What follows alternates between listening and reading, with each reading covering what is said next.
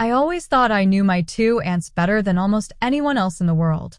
Aunt Marie was the practical one, sharp as a tack, the type who could look at a recipe and immediately know which step was missing just by intuition. She wore rectangular glasses that she pushed up her nose every few minutes and had this way of pursing her lips when she was trying not to say something too blunt. She was a list maker, a planner, and in her world, everything was better when neatly stacked, labeled, and put in its proper place. Aunt Lila was the opposite, as if God had decided to balance out the family gene pool by making her a wild card. She wore big, flowing scarves no matter the season, her wrists jingled with bracelets, and she had an uncanny ability to convince people to try things they didn't even know they wanted to do. While Aunt Marie measured flour with precision, Aunt Lila threw in just a dash of something mysterious and shrugged when you asked what it was. Life, for her, was an adventure, sometimes an ill-advised one, but she could turn even a flat tire on the side of the road into a story worth retelling for years. That Saturday morning started like most Saturdays in late spring. The air was still cool from the night before, sunlight creeping across Marie's neat little kitchen, glinting off her spotless countertops. I had come over because she'd promised pancakes, and pancakes were one of the few things she made without the precision of a chemist. The smell of butter was already in the air when I walked in, and Lila was at the table sipping coffee from a mug shaped like a flamingo. I sat down expecting to hear about Marie's latest project at the library or Lila's latest trip to some quirky local festival. But the way they were looking at me was unusual. Marie's lips were pressed into that little straight line, not in irritation but in concentration, and Lila's eyes had that familiar twinkle that meant she was up to something.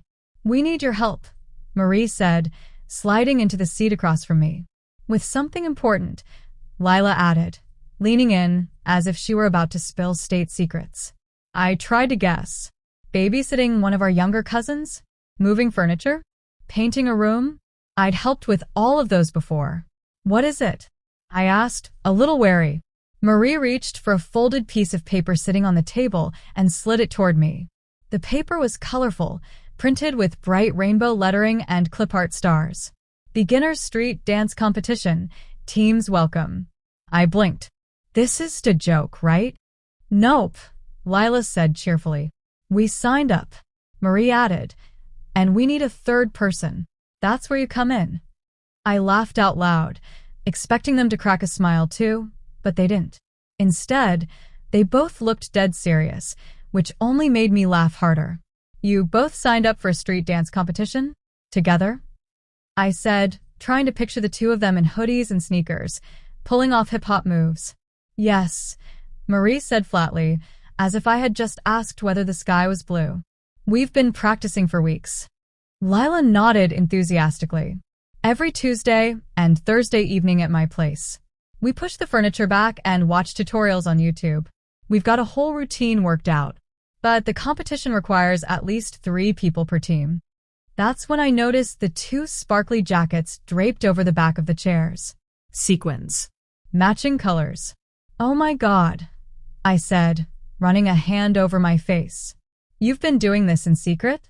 "We didn't want anyone to talk us out of it," Marie said matter-of-factly.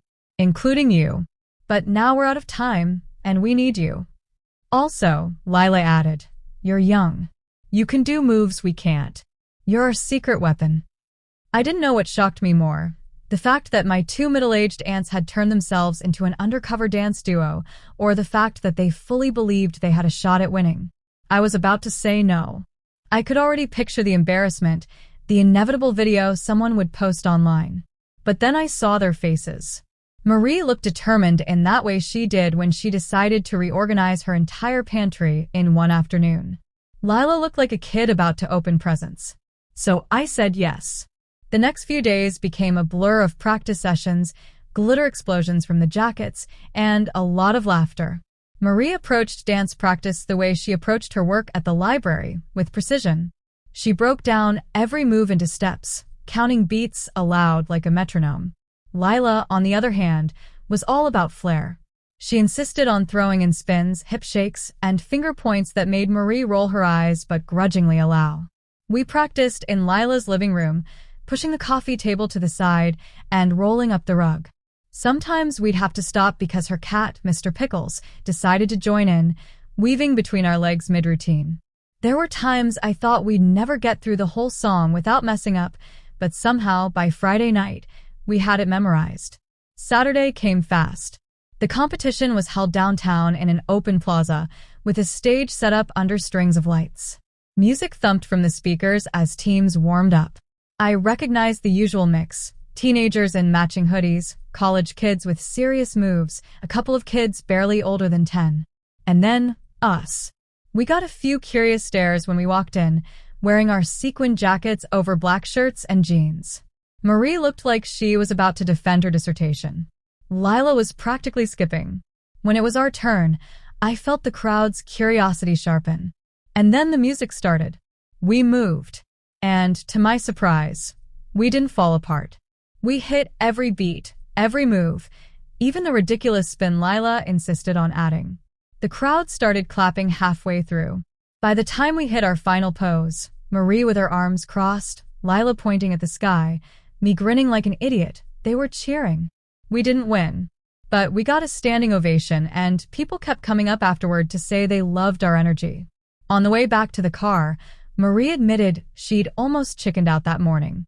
Lila said she'd been picturing the crowd as a field of sunflowers to stay calm. And me? I learned that sometimes the best moments in life come from the things you never planned on doing, especially when they involve two women who combine military discipline with dandelion dreams. Please subscribe my channel.